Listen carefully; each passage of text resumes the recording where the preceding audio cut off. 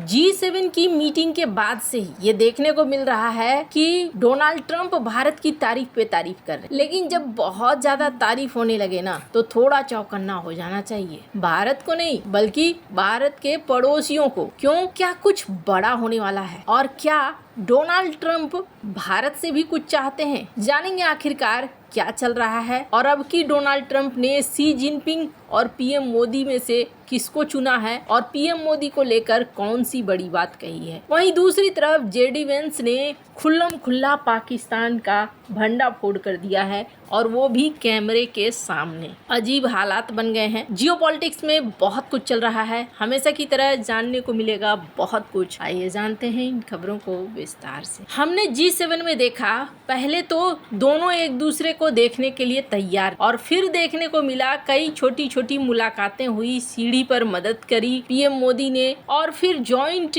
बैठक हुई। सबसे बड़ी चीज ये कि G7 में किसी और नेता के साथ डोनाल्ड ट्रंप ने कोई जॉइंट बैठक नहीं की, कोई बायलैटरल मीटिंग नहीं हुई और न ही जॉइंट कॉन्फ्रेंस हुआ पर भारतीय पीएम के साथ। और यहाँ पर ये काफी संयमित तरीके से बातें कर रहे। इस बैठक से पहले भी डोनाल्ड ट्रंप ने कहा कि पीएम मोदी जितने शांत हैं मैं उतना शांत नहीं हूँ, वो बहुत अच्छे हैं। और उसके बाद ये भी देखने को मिला कि बैठक में भी इन्होंने तारीफ। लेकिन फिर एक दूसरा दौर भी आया और यहाँ ये इंटरव्यू दे रहे और जब इंटरव्यूअर ने पूछा कि अच्छा बताइए आप दुनिया के 2 सबसे बढ़िया लीडर को चुनना चाहेंगे तो कौन सा? सुनिए जरा ये क्या कहते हैं। Before all the big oil companies are moving in, it's amazing. There's no place with that kind of oil. I guess us, maybe we have the most, and they're probably second or third. Obviously, if I ask you who are the 2 greatest or leaders you like the most on the world stage, I'm assuming one of them is G. Yeah, I think in terms of leadership, I think that's true. Well, who's the other? When you think of power and leverage and the ability to execute on that. Well, I think Modi is very good. Yeah, they've had some very good numbers announced. He stays out of wars, which is smart.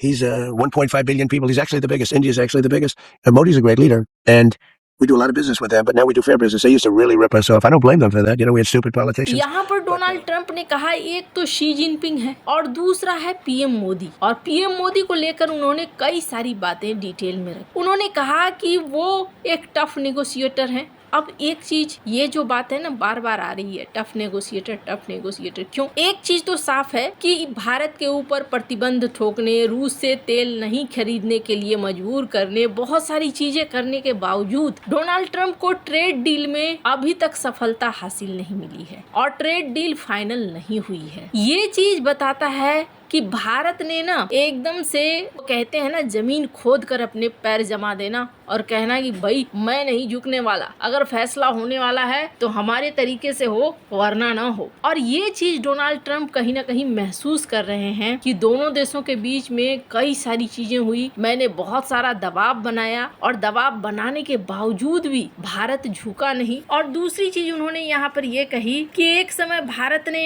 बहुत फायदा उठाया लेकिन मैं भारत को दोष नहीं देता हूँ, मैं दोष देता हूँ अपने लीडर्स को जो वैसे थे। वहीं दूसरी तरफ इन्होंने ये कहा कि पीएम मोदी जब तक है तब तक ग्लोबल स्टेज में भारत का एक बेहद महत्वपूर्ण स्थान है। इनसे यह भी सवाल किया गया इस इंटरव्यू में कि क्या मिडिल ईस्ट की समस्या को भारत सुलझा सकता है। डोनाल्ड ट्रंप ने कहा हाँ बिल्कुल भारत सुलझा सकता है, भारत दुनिया में एक बड़े अच्छे पोजीशन पर है। ये शब्द ना साफ साफ बताते हैं कि अमेरिका ने पूरा दम लगा लिया, जोर लगा लिया, मिडिल ईस्ट के इशू में भी खींचने की कोशिश की, ईरान युद्ध में भी कुछ न कुछ कोशिश की कि बुलवाया जाए, बोला जाए, लेकिन भारत की तरफ से कुछ भी नहीं हुआ और भारत ने बहुत शांत तरीके से यहाँ पर प्रतिक्रिया दी। यहाँ तक कि अभी हाल में ये भी पूछा गया, भारतीय प्रवक्ता से विक्रम मिश्री से इस बात को पूछा गया कि अच्छा आप क्या इजराइल को कहेंगे कि सीज फायर की बात मान ले, हमला ना करे? तो विक्रम मिश्री ने बिल्कुल साफ साफ कहा कि देखिए हम दोनों के अच्छे दोस्त हैं, दोनों के साथ हमारे अच्छे संबंध हैं, लेकिन हम उन फैसलों में दखल नहीं देते जो उन दोनों के आंतरिक मामले हैं, उन पर हम फैसले में दखल नहीं देते हैं। ये बात इन्होंने बिल्कुल साफ तरीके से कह दी। यानी मिडिल ईस्ट का मामला भी हुआ तो उसे भारत ने हैंडल किया। तेल की समस्या हुई, उसे भारत ने हैंडल किया। अब सवाल ये है कि डोनाल्ड ट्रंप यहाँ भारत की तारीफ कर रहे हैं, जो बिल्कुल भी पसंद नहीं आ रहा होगा पाकिस्तान को, क्योंकि एक समय फील्ड मार्शल और शहबाज शरीफ का गुणगान हो रहा था, अब दूसरी तरफ दूसरा गुणगान हो रहा है। कारण क्या है? पहली बात आपको बता दूं, ईरान और अमेरिका के इस डील के बाद खुद घर में भी बहुत आलोचना हो रही है। बराक ओबामा, उन्होंने इस डील का मजाक उड़ाया और कहा ये तो बड़ा खराब है, लेकिन अच्छा है, चलो युद्ध समाप्त हो गया। उनकी पत्नी ने भी मजाक उड़ाया, हिलेरी क्लिंटन ने भी मजाक उड़ाया इस डील का, जिसके बाद गुस्सा कर डोनाल्ड ट्रंप ने, ऐसा लगता है जैसे इस ट्वीट को ठोक दिया, जिस ट्वीट में उन्होंने कहा कि हमने उनके नेवी को तबाह कर दिया, हमने एयरफोर्स को तबाह कर दिया। अब इन सब के बीच में मिड टर्म चुनाव भी है, लेकिन सबसे मजेदार चीज क्या हुई, स्क्रीन पर इस वीडियो को देखिए। So first of all, we actually really want to get this out because it's hard to have the conversation without the full text. And, you know, I think part of the misalignment here is that in the Pakistani and Qatari systems, they don't quite have the First Amendment and freedom of the press. And so there isn't this sort of expectation that the text is going to be out there for the American people to actually interrogate and look at and analyze and understand for themselves. But it will be out. And we're having this conversation, obviously, on Wednesday morning. Here's what the deal does. JD Vance ने ऐसा खुलासा किया जो पाकिस्तान की पोल खोल रहा है कि भाई वहाँ प्रेस फ्रीडम तो है ही नहीं, इसलिए हमें कोई भी बात बताने में बड़ी दिक्कत हो रही थी। अब आप जरा सोचिए, प्रेस फ्रीडम इंडेक्स में भारत को पाकिस्तान से भी नीचे रखा गया है और उस पाकिस्तान और कतर की बात JD Vance कह रहे हैं। मतलब अब खुले तौर पर पाकिस्तान की फुल बेइज्जती वाले मोड में अमेरिका आ गया है। पर ऐसा क्यों? अब पाकिस्तान की फुल बेइज्जती क्यों हो रही है? क्या कुछ चाहिए अमेरिका को? पहली बात तो ये, मिड टर्म चुनाव होने वाले हैं और इसमें राष्ट्रपति ट्रंप तो नहीं बदले जाएंगे। वहाँ के चुनाव में ये होता है कि राष्ट्रपति जो रहता है वही रहता है, लेकिन पार्टियों में बड़ा अंतर आ जाता है। यानी कि रिपब्लिकन के कितने सांसद जीत कर आते हैं और हाउस में किसका बहुमत रहता है और किसका बहुमत नहीं रहता है। अब ट्रंप एक ऐसी स्थिति में पहुंच गए हैं जहां उन्हें बैलेंस करना है चीजों को। दूसरी चीज ये भी माना जा रहा है कि अमेरिका